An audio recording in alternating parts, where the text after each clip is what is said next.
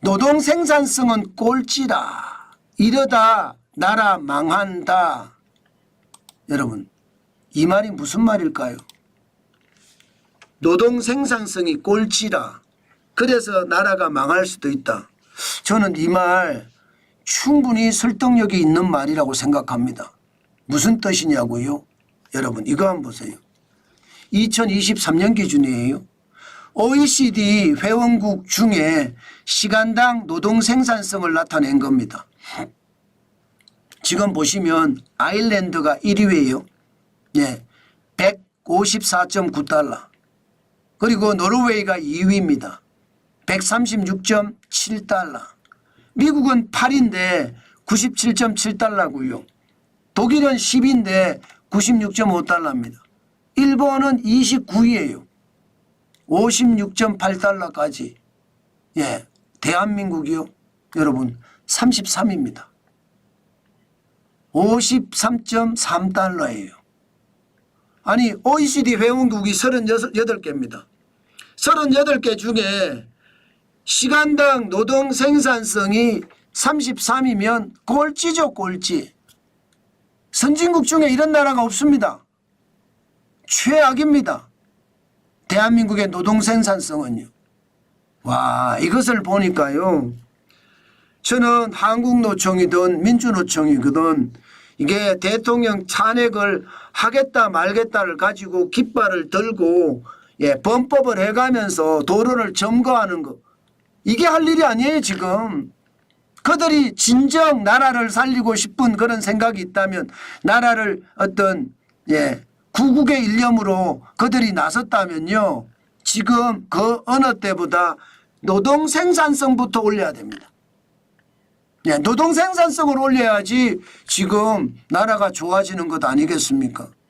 아니 이게 노동 생산성이 안 올라가면 여러분 돈은 돈대로 들어가고요. 일은 일대로 안 한다는 뜻이 돼요. 일은 덜하고 돈은 더 많이 받겠다. 이건 욕심이잖아요. 일을 더하면 더한 만큼 돈을 받고요. 일을 덜하면 덜한 만큼 돈을 받는 게 정상이에요.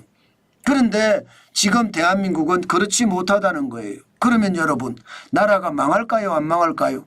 망할 수 있죠. 언제든 망할 수 있습니다. OECD 회원국 중에 OECD가 경제협력개발기구거든요. 일반적으로 선진국 클럽이라고 이야기합니다. 이 선진국 클럽에서 지금 시간당 노동 생산성이 33위, 38개국 중에 33이면 최악이죠. 최악입니다. 이런 것을 생각을 하면 여러분 대한민국은 자기 할 일을 제대로 못하는 사람들이 굉장히 많은 거예요. 제가 계속 이야기하잖아요. 정치의 선동에 휘말리지 말자. 정치의 선전선동에 휘말리면 이게 정치가 다 망조를 만들거든요. 희한하게 대한민국은 정치가 이게 살리는 게 아니에요. 정치는 실제 살리는 거거든요. 정치의 본 뜻을 보면요. 그런데 살리는 것이 아니라 정치만 들어가면 망해요, 다. 대표적으로 전력수급 기본계획도 보십시오. 정치가 갑자기 원자력 발전소 짓지 마라. 신재생 에너지 더 많이 활성화시켜라. 세상에나 그런 것을 정치가 왜 합니까? 그건 전문가 영역이에요. 전력수급 기본계획이라는 것은 전문가들이 하는 거예요. 대한민국의 산업과 대한민국의 미래와 대한민국의 현재를 다 파악한 다음에 15년 동안의 플랜을 짜서 2년 동안 계속 이게 바꿔가면서 국가 100년 대계를 만들어가는 거거든요. 그런데 여기에 정치인들이 감나라 배나라 한다는 것 이것도 웃기는 일이라고 제가 말씀을 드렸잖아요. 그만큼 말입니다. 정치만 들어오면요. 그게 부서집니다. 부서집니다. 그만큼 최악이거든요. 그러면 여러분 정치는요. 경제 영역에 들어가지 말아야 돼요. 노동단체면 노사가 어떻게 하면 생산성을 높일 것인가 이거 고민하는 거 당연하지 않나요? 저는 그렇게 보거든요. 그런데 그렇게 고민하지 않는다는 뜻이 되니까 충격적이죠. 사실 우리는요 희망을 가지고 있습니다. 어떤 희망을 가지고 있느냐? 여러분 아시는 것처럼 1인당 GDP 국민소득이 말입니다. 일본을 넘었습니다. 2023년 기준으로.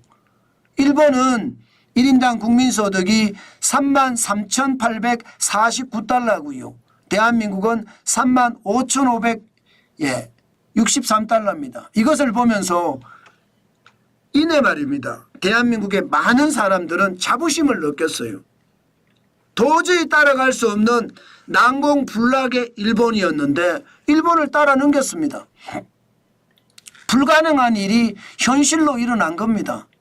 그러면서 우리는 희망을 가지고 이제 선진국으로 우뚝 설 날 그날도 머지않았다 이렇게 생각을 하고 있었거든요. 여기에다가 수출도 보면 지금 한일 간의 수출 차이가 그렇게 많이 나는 게 아니에요. 일본은 꼬꾸라지고 우리는 많이 늘어서 이게 2024년 기준으로 1월에서 11월까지만 보면 202억 1200만 달러밖에 수출 차이가 안 납니다. 일본은 6425억 9800만 달러를 수출을 했고요.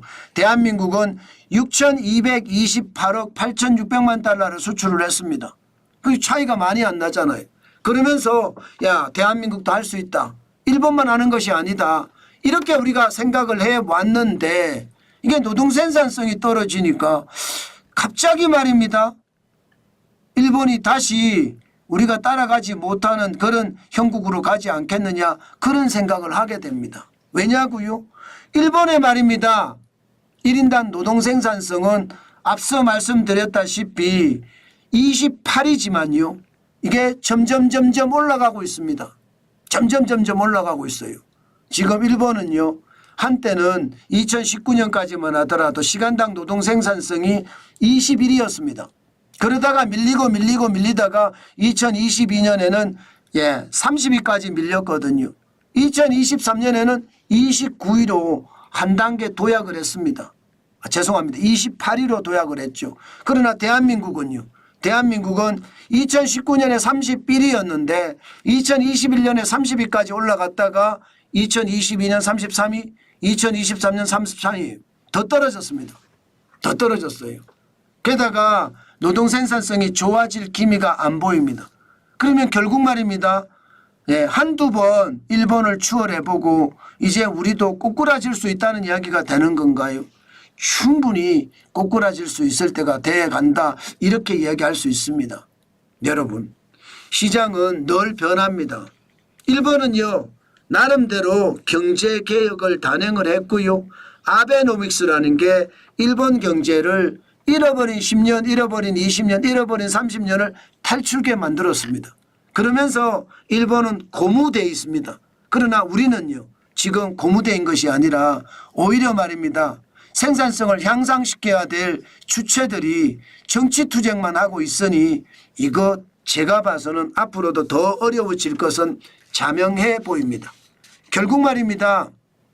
노동 생산성이 점점 떨어진다는 것은 산업 경쟁력이 그만큼 떨어진다는 이야기가 되는 거고 산업 경쟁력이 많이 떨어지면 떨어질수록 경제는 더 무너진다. 이렇게 생각해도 저는 틀리지 않다고 생각을 합니다. 그만큼 상황이 참 좋지 않습니다. 대한민국의 상황은요. 저는 우리 각자가 정치인들의 선전선동에 부안해동하지 마시고요. 여러분들이 해야 할 일은 여러분들이 똑부러지게 하는 것. 그게 대한민국을 살리는 길이 아닌가. 오늘 저는 그런 생각도 해봅니다. 그만큼 말입니다. 지금 시장은요. 대한민국에게 점점 불리하게 돌아간다는 뜻입니다.